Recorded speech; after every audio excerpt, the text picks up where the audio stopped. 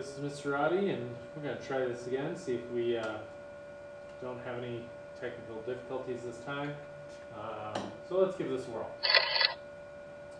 Alright, so in your notes, you should title this section An American Depression. Okay, so in your notes, An American Depression. Good.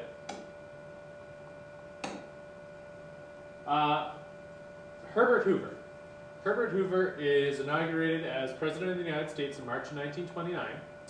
He persuades bankers, businessmen to follow his policy of voluntary, non-coercive cooperation, where essentially Hoover gives tax breaks in return for the private sector investing in the economy itself. So that private sector now turns and invests in the economy of the nation. Okay? So, Herbert Hoover. And we'll talk more about him as we go on throughout our set of notes here. Okay? What we do want to get down, for sure. So, we want to get down the term Black Thursday. Okay? Black Thursday is October 24th, 1929, and this is when the stock market trades 13 million shares. So on Black Thursday, okay, the stock market trades 13 million shares. Okay. The following Tuesday, which becomes known as Black Tuesday, 16 million shares are traded on the stock exchange. Our next term, buying on margin.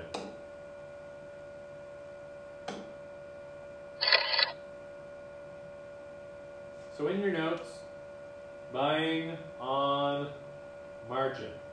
And essentially, what buying on margin is, you pay 10% of the stock's actual value at the time of purchase, and then you pay the balance at a later date. So buying on margin. So when you pay 10% of the stock's actual value at the time of purchase, and then you pay the balance, or the remainder, at a later date. So buying on margin is very similar to what some folks do around this time of year, around the holiday time of year, is folks can tend to use what's known as layaway. And Kmart has made layaway very famous. And what Kmart has done is, in the past and currently, okay, they still do this as well as many other retailers around this time of year, Walmart will do this as well, is they'll offer layaway. And what layaway is essentially you go to purchase a product, but you don't have the funds at the time to purchase the product. So what you can do is you can go to the layaway desk, and let's say you're buying an iPad mini. What they will do, okay, is for that iPad mini, let's say the iPad mini costs $300, they'll ask you to put down a deposit. So let's say you put down a $50 deposit on the iPad mini, okay?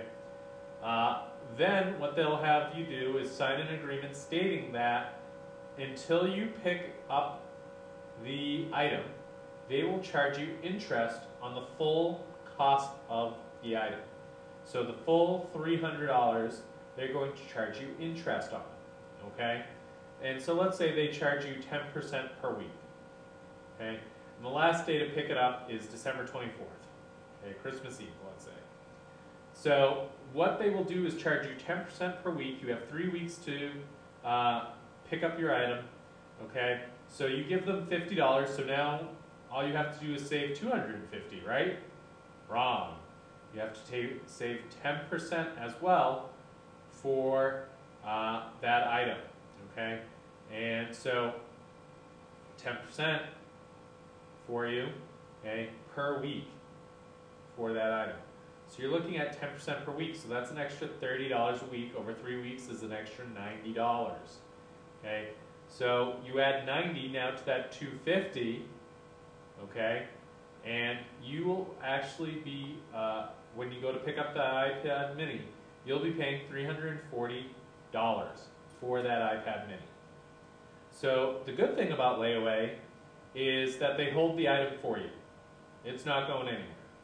Bad thing, they charge you interest on the actual item. Buying on margin is similar, okay?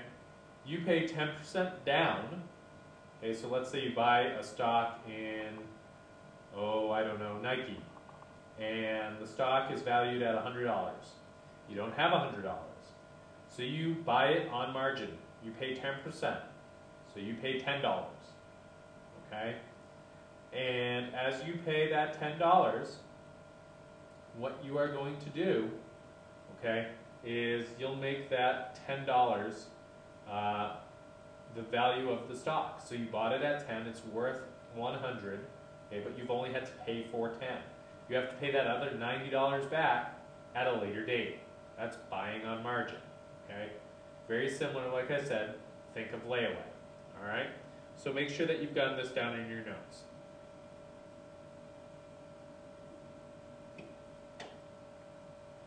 All right, good job. Here we go.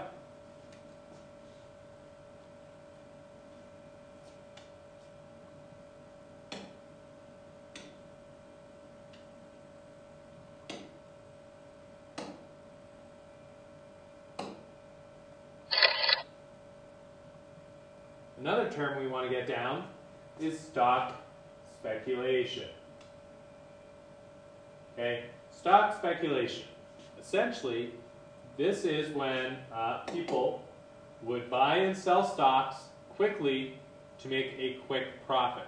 So they would buy and sell the stock rapidly to make money fast. Okay?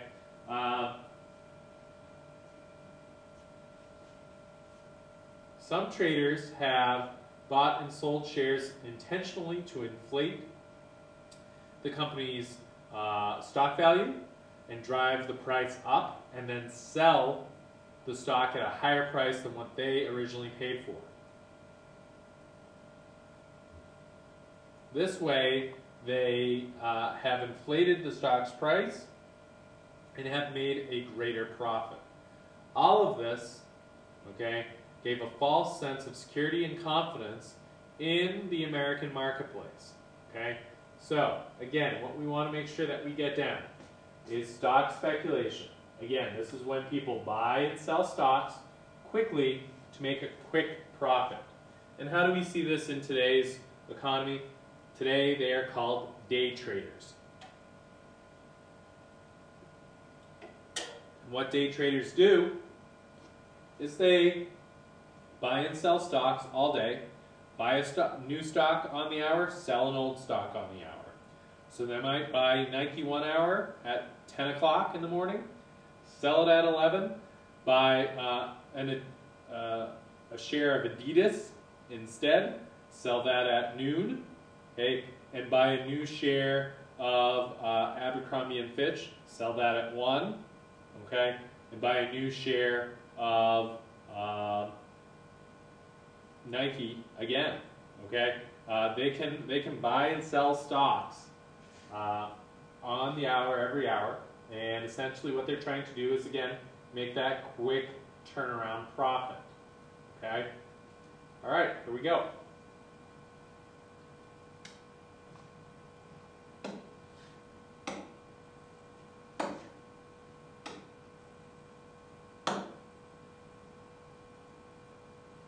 All right, the economic cycle. Again, we don't have to get this down, okay? But just good to know, again, the economic cycle essentially says that as you have purchasing power and productivity go down, unemployment rises, okay? So again, when additional unemployment factors into purchasing power decline, so people have less money, okay? The more people that are unemployed, the less money that there is actually flowing into the economic system, okay? And that reduces productivity because, again, there are less people buying things, so we don't need to produce it as often. Moving on. All right, so these are our causes of the Great Depression. And don't get them all down on this web. It's just a way in which to show you these causes, and we'll go through each of them individually, okay? So here we go. Causes of the Great Depression. And we want to get each of these down into our notes, okay? The first cause of the Great Depression. Okay? First cause, an old and decaying industry base. Okay, so we have outmodeled equipment which made some of our industries less competitive than those same companies around the world. Okay, so some of our industrial equipment was out of date, which then made our businesses less competitive.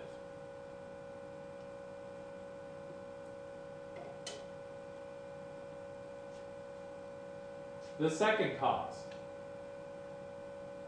a crisis in the farming sector. Farmers produced more than they were able to bring to market. And farmers were accustomed to high demands for their products because, well, food. Okay? And due to the demand of World War I, okay, World War I and World War II, they've had a very long-standing demand that happens during those wars, okay? So World War I has ended, right? And the farmers believe that they have the same demand for their products as they would in wartime. And they don't know that there's another war, you know, coming around the corner in 10, 20 years, depending on the time frame here. But they believe that their products are still in such high demand. And unfortunately, a wartime economy is very different than a peacetime economy.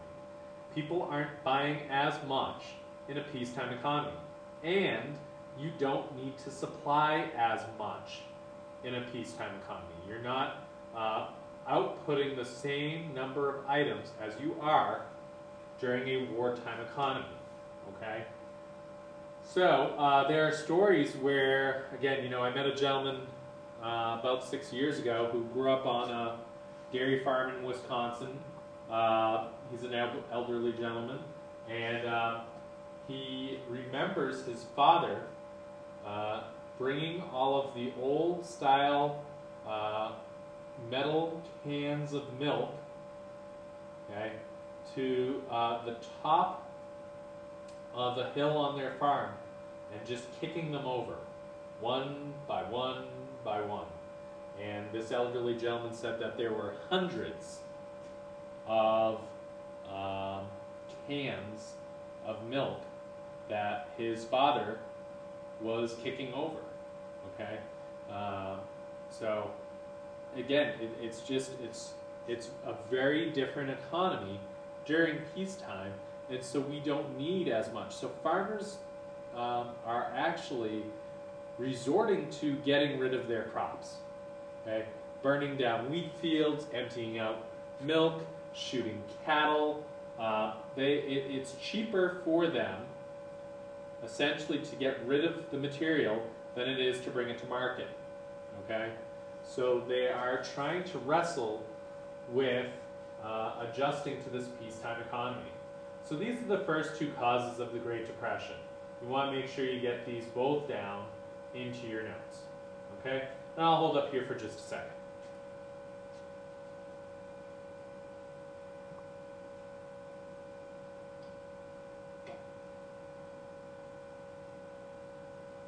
Great job. Here we go.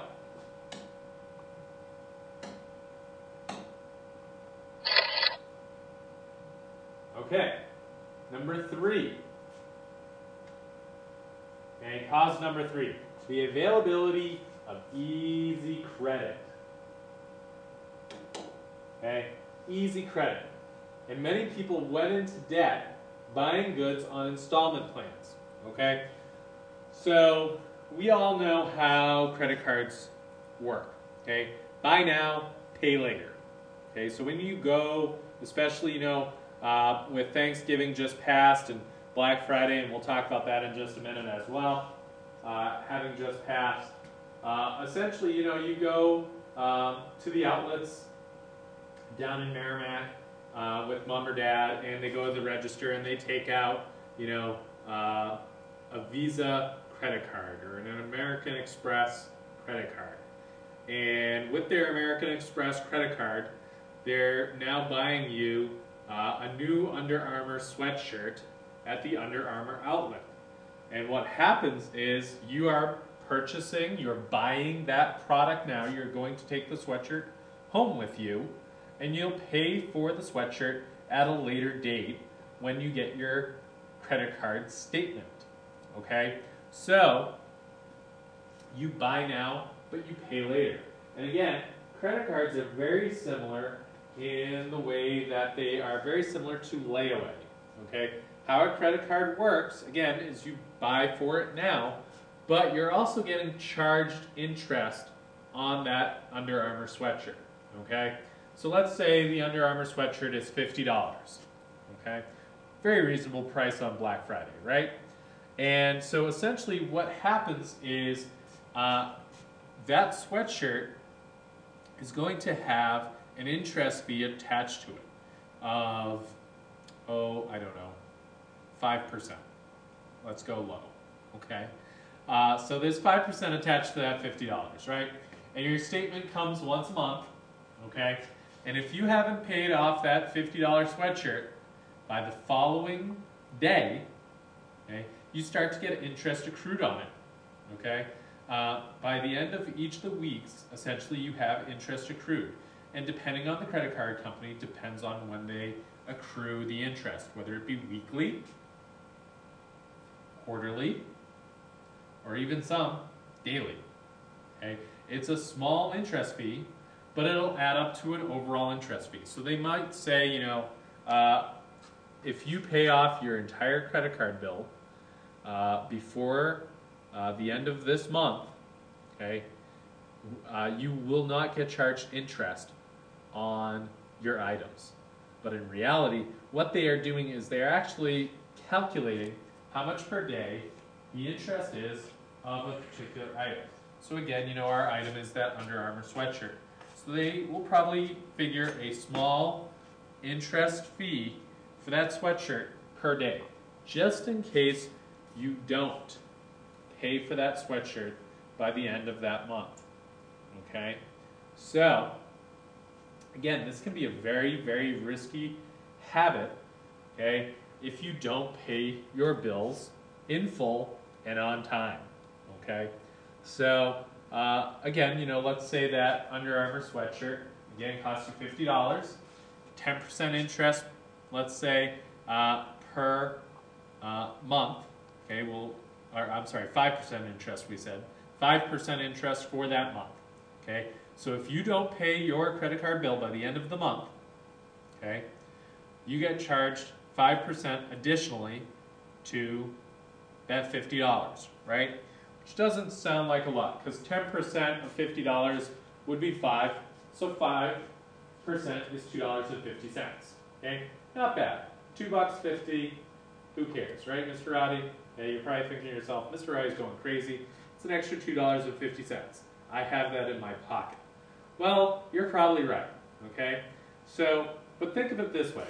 Let's say that someone buys a whole new kitchen, okay? And they come to a big box retailer like the one that Mr. Roddy worked for, okay? And we'll talk about that in class too. So Mr. Roddy gets them to buy a whole new kitchen. Appliances, cabinets, countertops. Mr. Roddy was really very good at his job. Sinks, doorknobs, all that fun stuff, okay? And their kitchen, okay, a minimum kitchen renovation, minimum, is $5,000. Okay, so let's say that their kitchen renovation, okay, your parents go out, they meet someone like Mr. Roddy at one of those big box retailers, and they convince them to invest $10,000 in a brand new kitchen, okay? Double the minimum, okay? And they open up a credit card at that store, okay, at that big box retailer. And the big box retailer says, hey, you can put your new kitchen on our credit card, get 18 months, which is a year and a half, no interest, no financing for your kitchen. Wow, that sounds awesome. I don't have to pay for my kitchen for 18 months, a year and a half, and you won't charge me interest? Nope. But here's what I'm not telling them.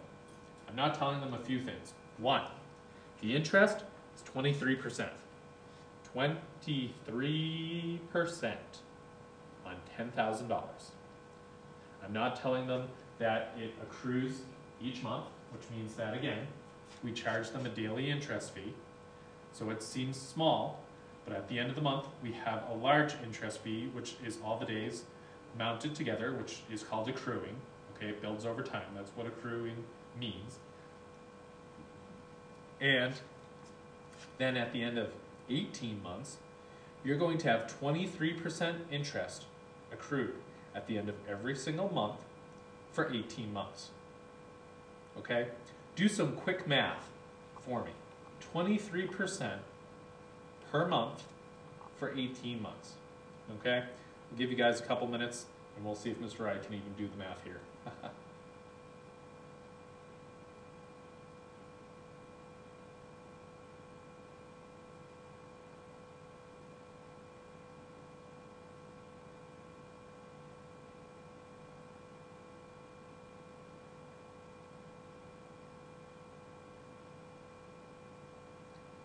So, I did my math right, which God only knows if I did. So I'm doing 0.23 times 10,000, and I'm going to ask a math teacher to double check me here. That gives me $2,300, okay? So, again, for every month that you don't pay your bill, okay, you get charged that $2,300 on top of that $10,000, okay? And I'm saying, again, that I'm giving you 18 months to pay it off. If you don't pay it off in full, okay, in that 18 months, let's say you don't make one payment, okay, and you let the interest accrue, okay, so I'm going to take 2,300, I'm going to times that by 18 for the number of months, which gives me $41,400. Holy Moses. Okay?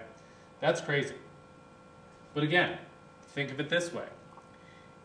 The worst part is, and again, this is something else I'm not telling them, if you don't pay it off in full, let's say that you only have $100 left. I'm charging you the full interest from day one.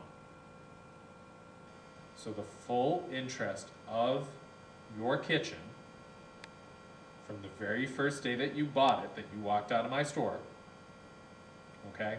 I'm charging you that if you cannot pay it in full, okay? And I'm going to double check my math just in case, because that does sound a little high to me, but I've seen it happen. I've seen similar situations happen, okay?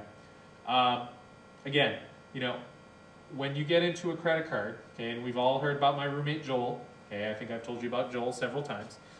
Joel, I think I told you this story already once, but I'll give you a quick refresher and I'll ask you in class.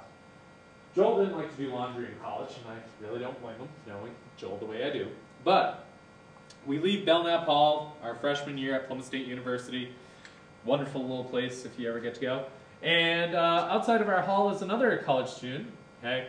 And he's wearing a credit card shirt, okay? The name brand of a credit card on the front of his shirt. And he says, hey, give you a free t-shirt just like the one I'm wearing if you sign up for this credit card today. Joel looks at me, I'm like, Joel, don't do it. Don't do it. And he looks at me, he says, Curtis, I don't have to do laundry now for another day. And he signs up for the credit card. Well, Joel goes into a good amount of debt. Takes him, he just paid it off about 2 years ago, so about 6 years. Okay, it takes him to pay off his debts from that one credit card for a free t-shirt. What's that t-shirt really valued? It was a gray t-shirt with the brand of the credit card on the front. Probably cost the retailer less than $5 to make.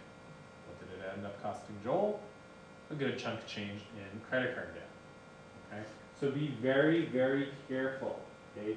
Be very careful when it comes to buying these credit cards, because again, retailers look for you guys.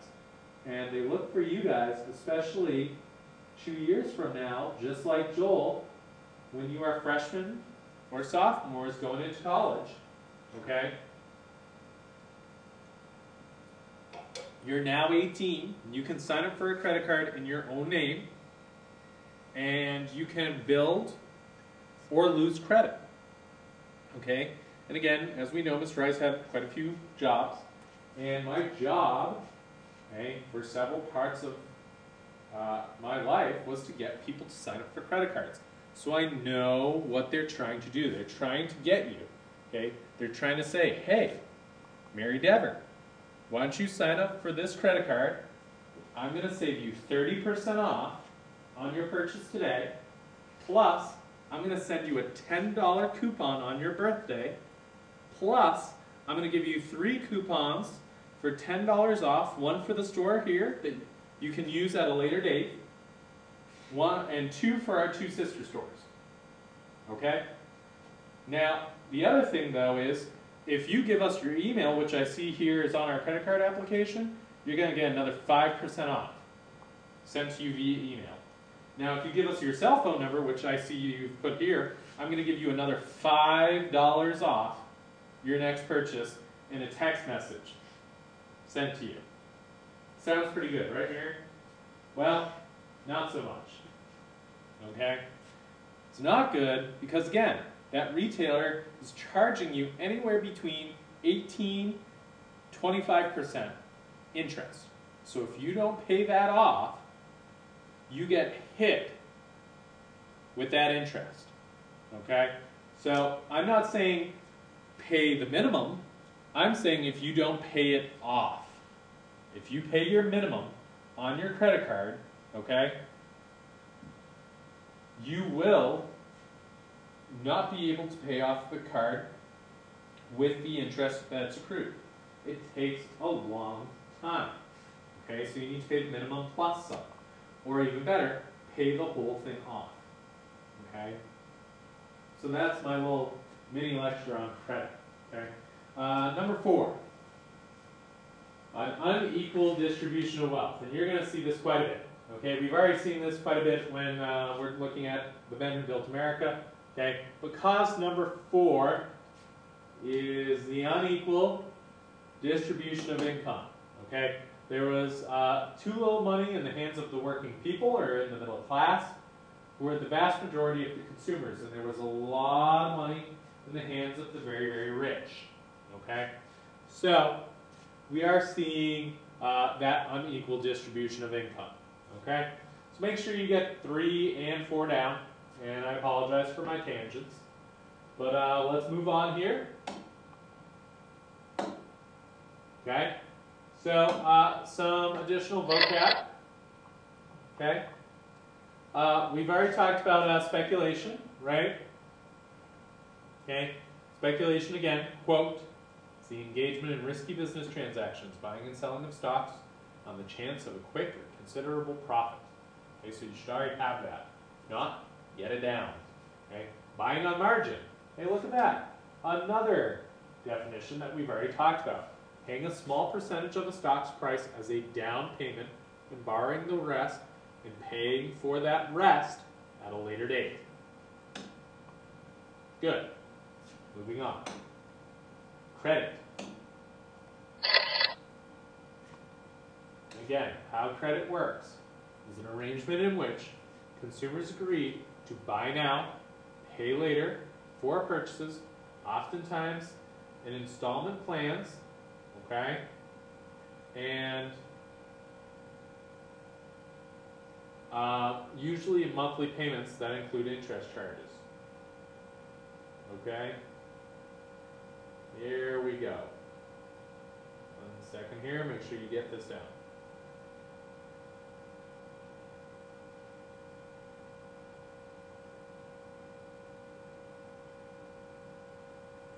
All right, moving on to the next portion for you.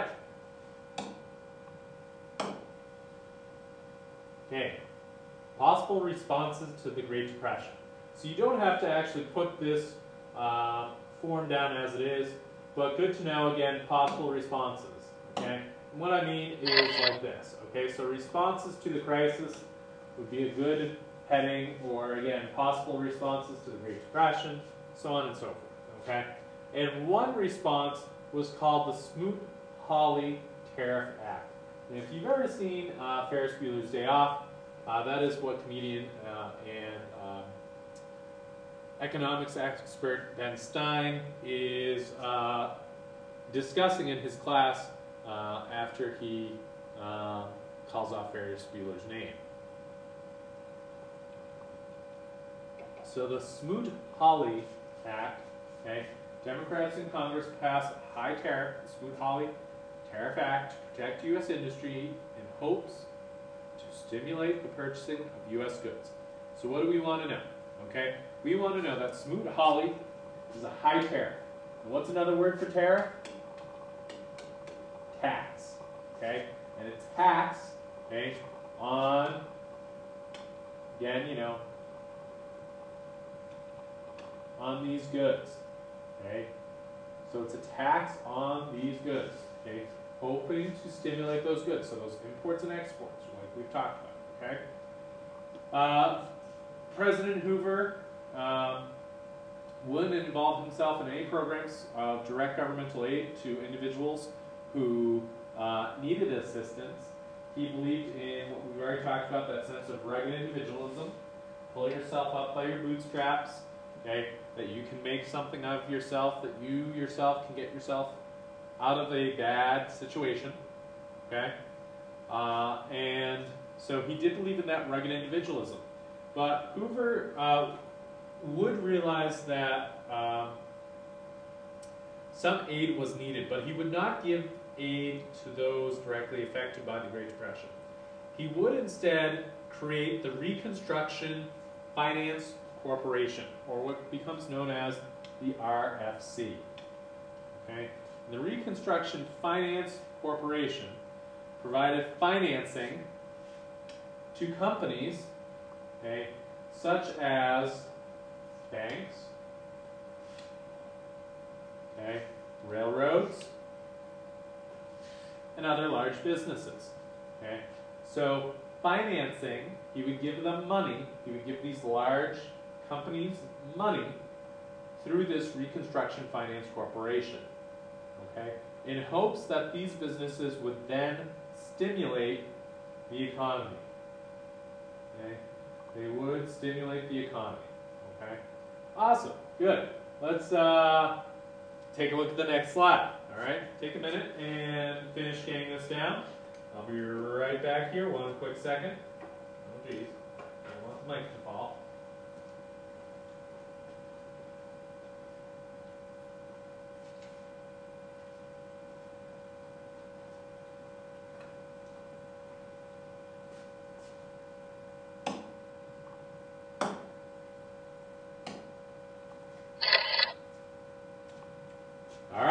Impact of the Great Depression. All right, so another vocab word that we definitely want to get down are Hoovervilles. Okay, and Hoovervilles were essentially shanty towns filled with cardboard homes. Okay, they were mostly found in suburbs, okay, of large cities, and again, like a suburb of Concord, let's say, is Boscawen. A suburb of Concord would be Hopkinton, Bow. It's those towns immediately outside of a city, okay? So these Hoovervilles, again, were shanty towns with cardboard homes set up throughout the suburbs of these large cities. And the largest Hooverville, okay, was in Washington, D.C. Okay? The largest Hooverville was in D.C., okay? And people came up with quite a few different pieces to kind of mock Hoover as they lived in this impoverished state. Okay? They would wrap themselves in newspapers because that's all they had. And these newspapers, you know, when you saw someone wrapping themselves in a newspaper at the time, it was called a Hoover blanket. Okay? And to show that folks didn't have any money, okay, they would empty their pockets, and the flaps of their pockets, okay, their empty pockets, would become known as Hoover flags. Okay? But this all contributed to Hoovervilles. In our next slide, we have two pictures as well. I'll show you those. But again, so in Hoovervilles, large shanty towns filled with cardboard homes, okay, if you were lucky, and you would use newspapers to warm yourself, to keep yourselves out of the elements, and to show that you were impoverished and you had nothing, you would turn your pockets out of your pocket themselves, almost like a little flag hanging outside of your pocket, and that was known as a Hoover flag. Okay? All right, here we go. All right, so as promised, you can see in this picture here all of these cardboard shacks, and you can really see it, you know, kind of here, here. Some of those that are a little closer in the front. Those, again, these are cardboard, you know, maybe wood if you're lucky, shacks. In this picture here on the right side, again, you can kind of see they look almost like a lean-to, okay, to try and protect you from the elements as best as you could, okay. And these Hoovervilles, again, you know, as you can see, here is the metropolitan area in the background, okay, and just outside of that metropolitan area are these Hoovervilles, okay.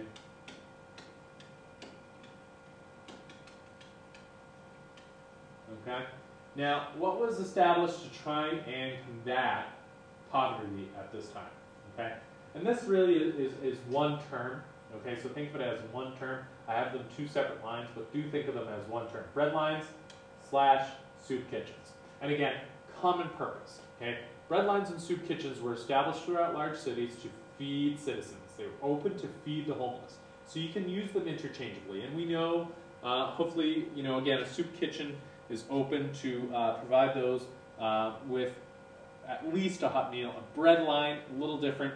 It's, again, you're forming a large line almost like you would, you know, going into the auditorium or something, and you would have folks with boxes, and in the boxes would be slices of bread, and they would hand out a slice of bread to each person in the line, and that was all you got, was one slice of bread. No, you didn't get butter. I'm sure one of you is asking that. No, it didn't come with the soup. You then had to take your bread if you wanted to go to a soup kitchen. You then had to take your bread and find a soup kitchen that would be open as well. Okay.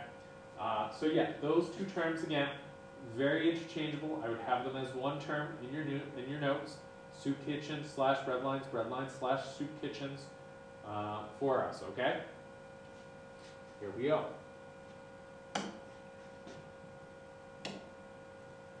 All right, the bonus army. All right, so this, again, bonus army is the term that I want you to get down, okay? And what the bonus army did, well, they created this bonus march, okay? Or this march on DC, okay? And, yeah, they created this bonus march. And who are they? These are World War I veterans. Okay. They had pensions that were promised to them by Congress, and Congress discontinued their pensions. And a pension is like retirement, okay? It's money that you receive for doing work, okay? So again, you know, we saw some of those pictures of what trench foot looked like. Imagine having trench foot, coming home, you know, having your leg or foot amputated, and then being told that the government is now not going to give you any money for your service to your country. Okay, and so it really was just a bad situation. Okay. President Hoover thought that the bonus army should be disbanded, sent 1,000 troops under Douglas MacArthur, who we've already talked about. Okay, Douglas MacArthur, commander at the time, okay, tries to disperse the crowd. The infantry, the United States Army, Okay, that's what I mean by infantry. The United States Army riding on cavalry, on horseback, into Army veterans, gassed more than 1,000 people, killed an 11-month-old baby, blinded an 8-year-old boy, and 2 people were shot and many were injured. Okay, so that is what happens, okay, to this bonus army. Those just looking for their pensions or their retirement for their service to their country, they were gassed, okay, they were shot at, okay, and they were forced to leave.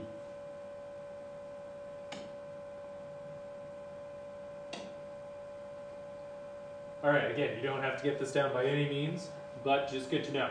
By March of 1932, there were 13 million unemployed, and almost every bank in the United States was closed. In his first 100 days, and we'll talk about who he is in just 1 second, Congress enacted a sweeping program to bring recovery to business and agriculture, relief to the unemployed, those in danger of losing farms and homes, and reform, especially through the establishment of what becomes known as the Tennessee Valley Authority. And we'll talk about this in our next video, where we talk about Franklin Delano Roosevelt a little bit more in depth and his New Deal. Okay, so we're going to talk about that, talk about the New Deal in his next video. Let's see if I can get the next slide here. Awesome, good. So again, and we'll take a look at some more pictures in class, but these are just some pictures for y'all to see. So again, if you were struggling to visualize what a bread line looks like, again, here are the folks lined up. Okay, here's the guy with the cardboard box, okay, handing out, you know, a piece of bread to those that can have it. Okay, here is a picture of what a stock exchange looked like. Again, people trying to sell their money. Okay, oftentimes this is what banks look like too. So people trying to get their money out of their banks, okay, and being told that there is no money. And we'll talk more about that, and hopefully you'll see a clip on that as well. Okay, jobless men, keep going. We can't take care of our own, and this is through the Chamber of Commerce. Okay, just a sad, sad state of affairs. And again, if you really wanted a good close-up look at what one of the individual buildings of a Hooverville looked like, you can see that here. Again, the shack, okay, here almost like a lean-to, you know, made out of, again, cardboard, wood, anything that was laying around. And you can see the land here really does just kind of look very desolate, almost, you know, volcanic ash in nature, because, again, you know, your garbage or your dump or your transfer station, whatever you want to call it, okay, got thrown right outside. Okay. All right. So our next video is going to take a look at the Dust Bowl. The video after that is going to take a look at the New Deal and Franklin Delano Roosevelt. Okay. So we will stop here for today, and we'll pick it up with the Dust Bowl probably in about a week or two. Don't forget again your iMovie due dates. Okay. Your benchmark due date for iMovie, okay, that graphic organizer in your research, is due December 10th, okay, in your English classes. If you don't have English, if you're a junior and you do not have English, make sure that I see those graphic organizers either the 10th or 11th, please, okay? As always, if you have a question about the notes, about the videos themselves, please, please, please, please, please ask me in class, send me an email, anything of that nature, and I'm happy to get back to you, all right? I hope you all have an awesome day. Enjoy it, and we'll be seeing you soon with our next video on the Dust Bowl. All right, have a great day.